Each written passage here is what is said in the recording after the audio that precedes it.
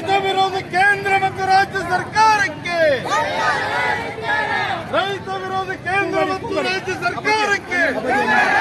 Sir ಯಾರಾದ್ರೂ ಒಬ್ರು ಮಾತಾಡಿ ಸರ್, ವಿಚಾರ ಏನಂತ ಮಾತಾಡಿ ಸರ್. ವಿಚಾರ ಏನಿಲ್ಲ, ಈಗ ಏನಾಗಿದೆ ಅಂದ್ರೆ ಗದಗ ಜಿಲ್ಲೆ ಒಳಗಡೆ ಸುಮಾರು 6.5 ಕೋಟಿ ಹಗರಣ ನಡೆದಿದೆ. ನಮ್ಮ ಮಹಿಳಾ ಹೆಣ್ಮಕ್ಳಿಗೋಸ್ಕರ ಅನ್ಯಾಯ ಆಗಿದೆ. 1.5 ವರ್ಷದಿಂದನೂ ಈ ಹೋರಾಟಕ್ಕೆ ಜಯ ಸಿಕ್ಕಿಲ್ಲ. ನಾವು ಮಾನ್ಯ ಸಿದ್ದರಾಮಯ್ಯ ಮುಖ್ಯಮಂತ್ರಿ ಅವರ ಮನೆಗೂ ಹೋಗಿದ್ದು, ನಮ್ಮ ಮಾಧವಕ್ಕರು ಅಲ್ಲಿ ಹೋಗಿ ಅವ್ರಿಗೆ ಒಂದು ಮನವಿ ಕೊಡೋಣ ಅಂತಂದ್ರೆ ನಮ್ಮನ್ನ ರೈತರನ್ನ ಯಾವುದೇ ರೀತಿಯಾಗಲಿ ಪೂರದ ಸೌಜನ್ಯತೆ ಇಲ್ಲದನ್ನ ನಡೆಸಿಕೊಂಡು ನಮ್ಮ ಮಾನ್ಯ ಮುಖ್ಯಮಂತ್ರಿ ಸಿದ್ದರಾಮಯ್ಯ ಅವರು ನಮ್ಮದು ಇದು ಪತ್ರಿಕೆಯನ್ನು ಇಸ್ಕೊಂಡು ನಮ್ಮನ್ನು ಹಂಗೆ ಹೊರಗಡೆ ಕಳಿಸ್ಕೊಟ್ರು. ಆದರೆ ಇವತ್ತಿನ ಸರ್ಕಾರದಲ್ಲಿ ಏನಾಗಿದೆ ಅಂದ್ರೆ ನಮ್ಮ ಸರ್ಕಾರ ನೀತಿಗೆಟ್ಟ ಸರ್ಕಾರ ಆಗಿದೆ.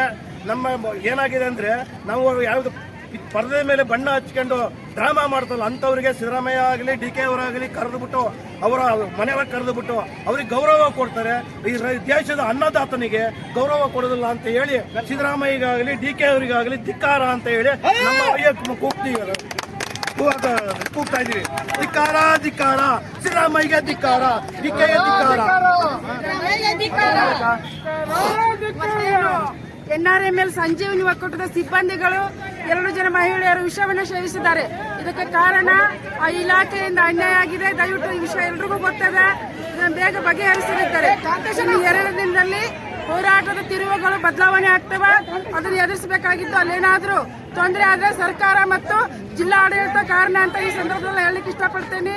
ಒಂದನ್ನ ಹೇಳಲಿಕ್ಕೆ ಬಹಳಷ್ಟು ಇಷ್ಟಪಡ್ತೇನೆ, ಸರ್ಕಾರಗಳಿಗೆ ಏನಾದ್ರೂ ಮಾಡಕ್ ಆಗದೆ ಇದ್ರೆ ನಮ್ ಕೈಲಿ ಆಗಲ್ಲ ಅಂತ ಹೇಳ್ರಿ. ನಾವು ಭಿಕ್ಷಾಚನೆ ಮಾಡಿಬಿಟ್ಟು ರೈತರ ರೊಕ್ಕವನ್ನು ತಗೊಂಡು ಇಲ್ಲಿಂದ ಹೋಗ್ತೇವೆ ಅಂತ ಈ ಸಂದರ್ಭದಲ್ಲಿ ಹೇಳ್ತೇನೆ. ಧಿಕ್ಕಾರ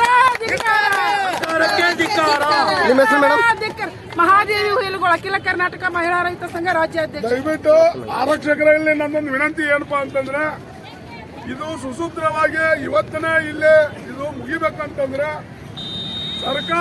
ಸರ್ಕಾರದ ಪ್ರತಿನಿಧಿಗಳು ಇವತ್ತು ಬರಬೇಕು.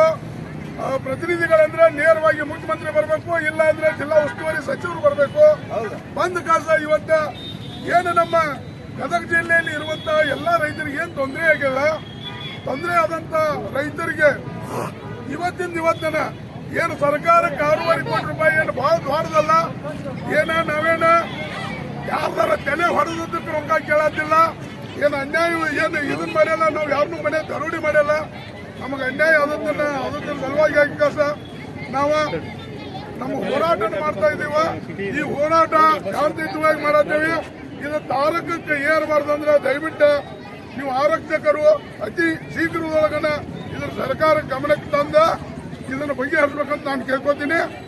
ಈಗ ನಮ್ಮ ಹೋರಾಟ ಅಲ್ಲೇ DG ಕಚೇರಿ ಎದುರಿಗೆ ಮುಂದೆ ನಡೀತದೆ, ಅಲ್ಲೇ ನಡೀತದ.